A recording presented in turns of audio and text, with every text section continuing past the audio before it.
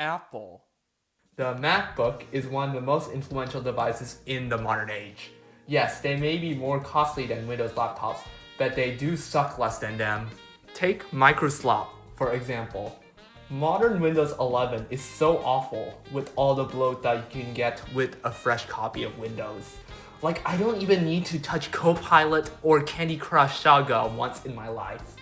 And Microsoft Edge, ugh, I hate that browser. You can't even get past the setup screen without doing some command prompt trickery to get past the Microsoft account screen. That's just the service level that's wrong with Microsoft Windows. Oh, don't get me started with Chromebooks. Those are another level of trash. You can't even run 5 Chrome tabs without it crashing. And also, what apps can you even run on it without going to Google Chrome? Also, there are going to be some Linux fanboys in the comments, so do you realize how easy it is and simple it is to set up Linux? Again and again, many people like to make fun of MacBooks just because they're ungodly expensive, which I kind of have to agree with, considering that the RAM and SSD upgrade prices are very insane. And also considering the fact that compatibility on Mac is still not the best if you compare it to Microsoft Windows. Microsoft Windows will always have a greater library of apps and games that are supported. And yes, for the same price, you can get a Windows laptop with way more RAM, way more storage, and maybe a slightly faster CPU. However, when you go that path, you still have to deal with whatever BS that Microsoft is gonna pull off. However, the stereotype that Macs are very expensive and Apple being the expensive option is now long gone. There are two main reasons to this. The first one is the RAM and storage apocalypse of 2026. Now we all know that AI has driven up the price of memory, that it has been 2 or 3 times or even 4 times more expensive than it was compared to like summer 2025. The second and most important killer of this once expensive stereotype is this, the MacBook Neo. This couldn't come at a much better time. RAM and storage are at a all-time high, yet this MacBook still costs $599 or even $499 with education discounts. No wonder it's selling out quickly. I've seen many people online praise this laptop for its price to performance, and the fact that we're getting a mere value laptop in 2026 considering the RAM and storage crisis that we have. But there is also going to be a group of people who are going to be complaining about this thing, which I've seen online like a lot. For example, they're like saying, oh, why is there not enough RAM? Or why is there only 2 USB ports? Do they not know that this is a budget entry-level MacBook? Anyways, I'll rant on this topic more in a little bit. But first, let's unbox this actual thing and compare it to the 2017 MacBook Air that I currently have. I had touched on this MacBook a few times on this channel, and I still use it every day for my daily tasks. However, this laptop really needs to be replaced soon, considering that this laptop is starting to show its age, considering that it's 9 years old. I mean, even though I replaced the battery in this thing, this laptop only lasts about 2 to 3 hours on a full charge, which is pretty bad considering I usually use this thing for a full day. And also, even though I set the fans on full blast, the laptop always overheats and it gets hot really time. Maybe it's a sign that I have to replace the thermal paste. Maybe I should probably do that soon. As you can see, I got the blue or indigo variant of the MacBook Neo. And if you flip it to the underside, you can see that I got the model with 512 gigabytes of storage, which is the one that comes with the Magic Keyboard with Touch ID. The MacBook Neo comes with 2 variants. It comes with one with 256 gigabytes of storage, but it does not have the Magic Keyboard with the Touch ID, and the 512 gigabyte, which is the one that I have here.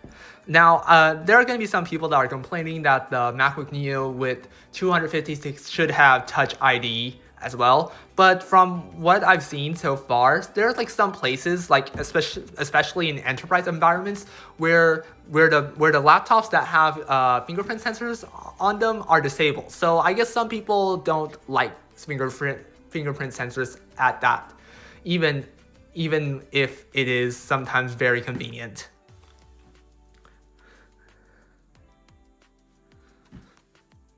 And let's actually tear the packaging. So we have 2 tabs, one on the top here.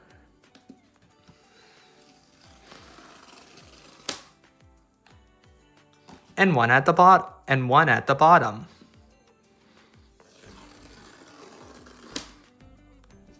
Let's flip it over again and lift off the box.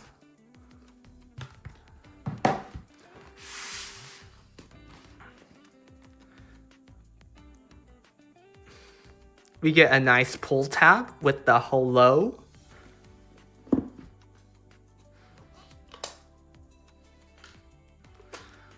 And we lift out the MacBook Neo itself. Let's put this aside first. What else do we get in here? So we get our propaganda or paperwork, and we get a USB-C cable and a 20-watt power adapter, just like you can find in any iPad if you're living here in the States. I know some people in the European Union don't get it because of laws or something like that.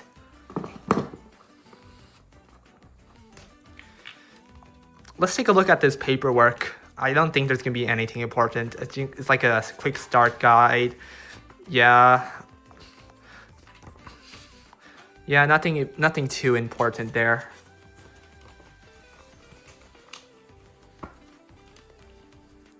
And yeah, that's all.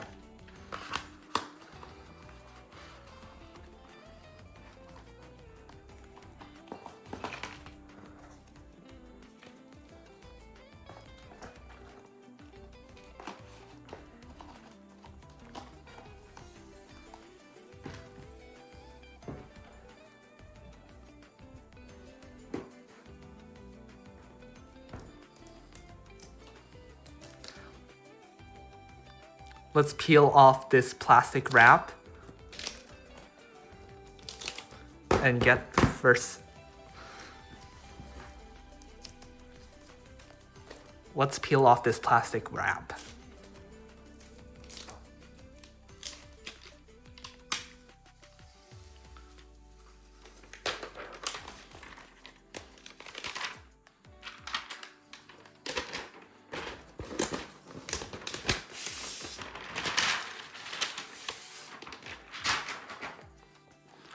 Alright, first impressions holding the Neo, and the build quality is really good for this price. Now, as you can tell, unlike the 2017 MacBook Air, there is no glowing Apple logo, and they took that off like 9 years ago. I think the 2017 one was the last one. And let's take a look at the ports and the sides of the MacBook. You can tell there's this cover here. And then here are the ports. So we have a USB 3 USB-C port over here and a USB 2 port here. I think many people are complaining about the fact that it has a USB 2 port in 2026, but honestly, I think that's because of the limitations of the A18 Pro, which is the SoC that is used in this laptop. It is the same SoC that is used in the iPhone 16 too, albeit with one less GPU core. And on the sides of the MacBook, you also get a headphone jack, which is over here. And there's also, which is new for MacBooks, there are side-facing speakers. There's one on the left here, and there's also going to be one on the right. And other than that, there doesn't seem to be any ports. And like the MacBook Airs produced after Apple Silicon, there is no fan. So that means there is probably going to be not a lot of vents. All right, let's actually open it for the first time. And after that, we got the startup chime, and we have this plastic cover that we can take off. All right, let's get this all set up.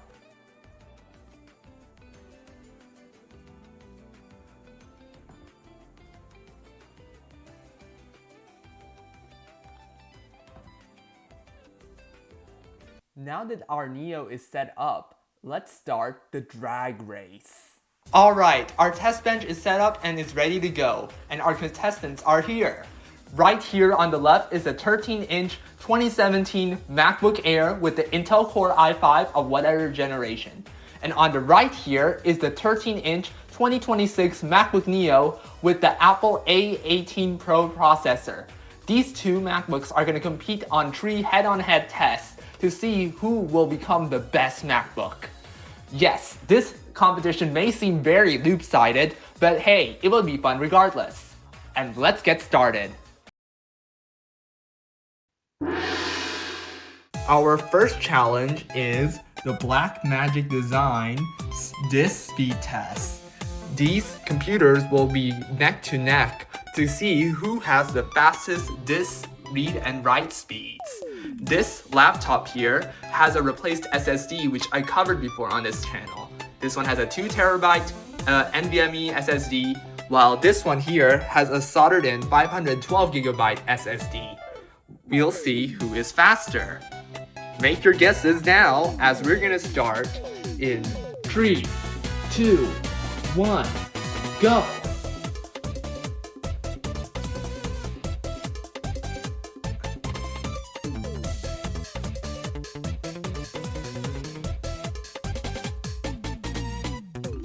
After running it for about 1 or 2 minutes or so, we can see that the 13-inch MacBook Air from 2017 is averaging closer to around 13,000 megabytes per second for the write speed and about 1200-ish for the read speed, while the 2026 MacBook Neo is averaging around 1600 write speed, and over here we also have a 1600 read speed.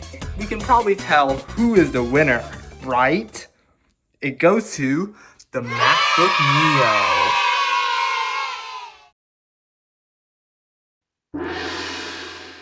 Our next test is going to be Cinebench 2026.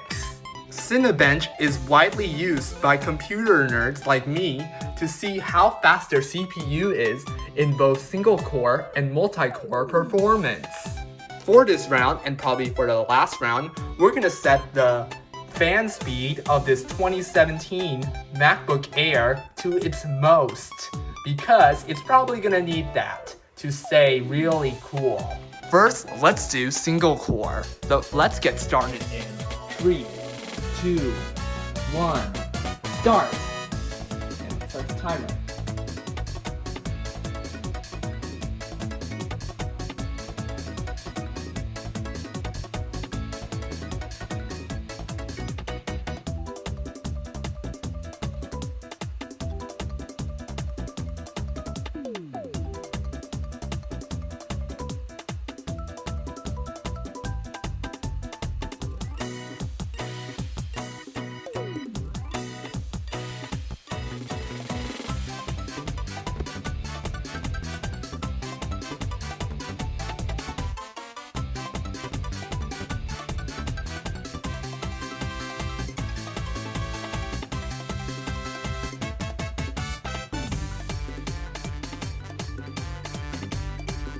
Alright, looks like we get our first result, and this time the MacBook Neo won the race.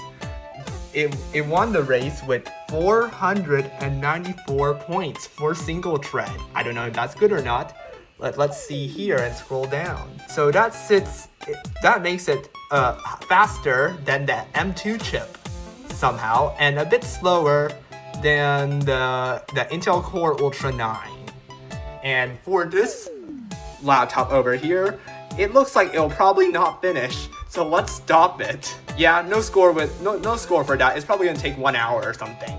Let's see if making it in multi-core is gonna help it. And because I feel bad for this laptop, I'm giving it an external laptop cooler. Now let's do the multi-core test in 3, 2, 1.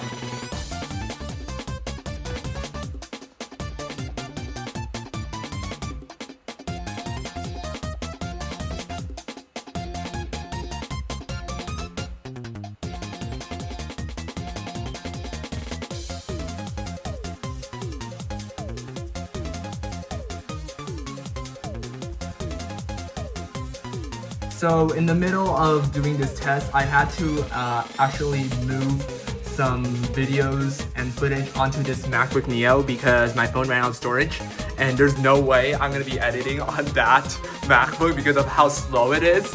But it's pretty impressive to see this machine keep up and continue running the benchmark even while doing the airdrop. Really cool. Alright, I was busy uploading stuff to the MacBook Neo again, and so it's I don't know when, I think it's between like the 13 and 16 minute mark. So this one finished by then, and it got a score of, let's see, a 1358. I don't know if that's good or not, but let's scroll down and see. So it's somewhere here. It's obviously slower than all of these. Yeah. But we also have this one here, which is still not done. And obviously, I don't think it's gonna get a score too. It's probably gonna be like a 600 or something. I just saw this now, 293. Yikes, that's awful. So we're gonna stop here and let's actually do a more realistic test instead of these simulated tests that probably nobody is gonna use.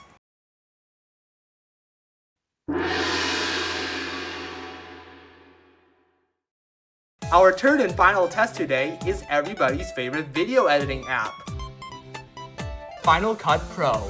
So the way this will work is that both of these machines are trying to export the same YouTube short I made, which is literally only 1 and a few more seconds.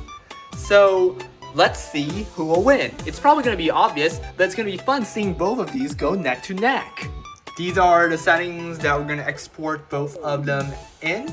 Alright, we're going to start in 3, 2, 1, go!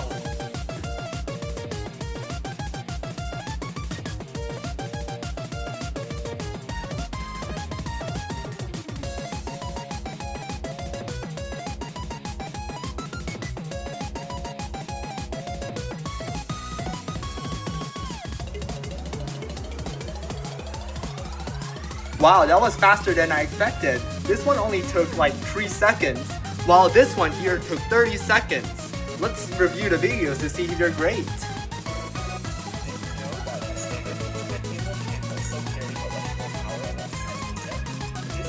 Let's look at this one.